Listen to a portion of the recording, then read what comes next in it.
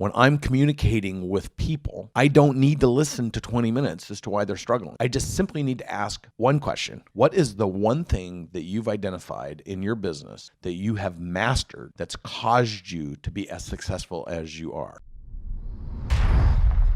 If you can't perfect the little things, you'll never get to the big things because you're not committed and you don't create the culture of discipline. And it's only through the doing over and over and over and over and the thinking around the impact of your doing that you can modify things in order to get better. And it's through the modification of the very thing you're doing that allows you to become an expert at it and master it. But if you don't make the first phone call and you're not consistent with it, then you'll never get to the big thing, which is mastering it. And if you can't master it, you can't teach others to do it.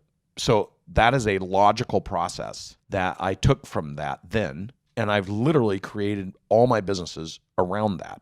And so when I'm communicating with people, I don't need to listen to 20 minutes as to why they're struggling. I just simply need to ask one question. What is the one thing that you've identified in your business that you have mastered that's caused you to be as successful as you are? How do you base your judgment based off of their response?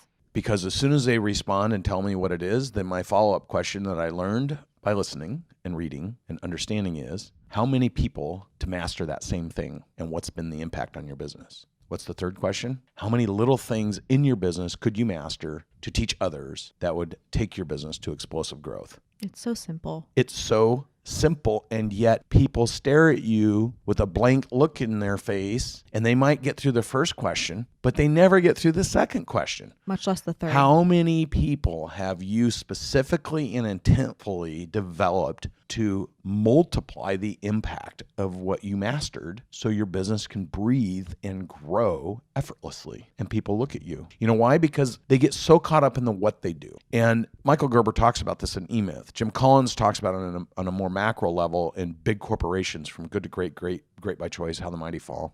There's these little ecosystems that get created in these environments. And if you're an owner of a business, you control the tempo and the messaging in that ecosystem. But if you're not aware of the one thing that you've mastered, that you've taught everybody else to do, then you're not going to be aware of the next thing. It's a cultural situation. If you're highly aware of what you do that makes you great, and you've created a rhythm to do it over and over and over, and you've duplicated it, and you've taught others, and they're able to create the same level of impact or greater level of impact, law of large numbers kicks in, and a culture of incremental improvement, continuous incremental improvement becomes the standard. When you're running your business start-stop heuristically, so everything is one-off and it's start-stop, and you can't identify one thing you've mastered, and then you can't identify, or if you can do that, then you can't identify how you've replicated that and amplified it by teaching others to master it. Watching your talk yesterday, you identify or juxtapose heuristic versus algorithmic. Could you define what heuristic is and then what algorithmic is? So if you're heuristic, everything's a start-stop. It all centers around you. It's always doing something different. It's just, and you're the center of attention, and you have to be there, and you're the most important person, and you're the only one that can do it right, and you're the expert, and you're the best, and blah, blah, blah, blah, blah. It projects their mentality into whatever it is they're doing. And that's not just business owners, that's leaders of teams. That's everything. That's and everything. It's in pockets of organizations that cause fractures in those organizations, which is what Jim Collins talks about in How the Mighty Fall. What causes those things isn't a huge shift in business opportunity. It's usually a shift in the thinking of the people that are responsible to create the business opportunity. And it fractures organizations.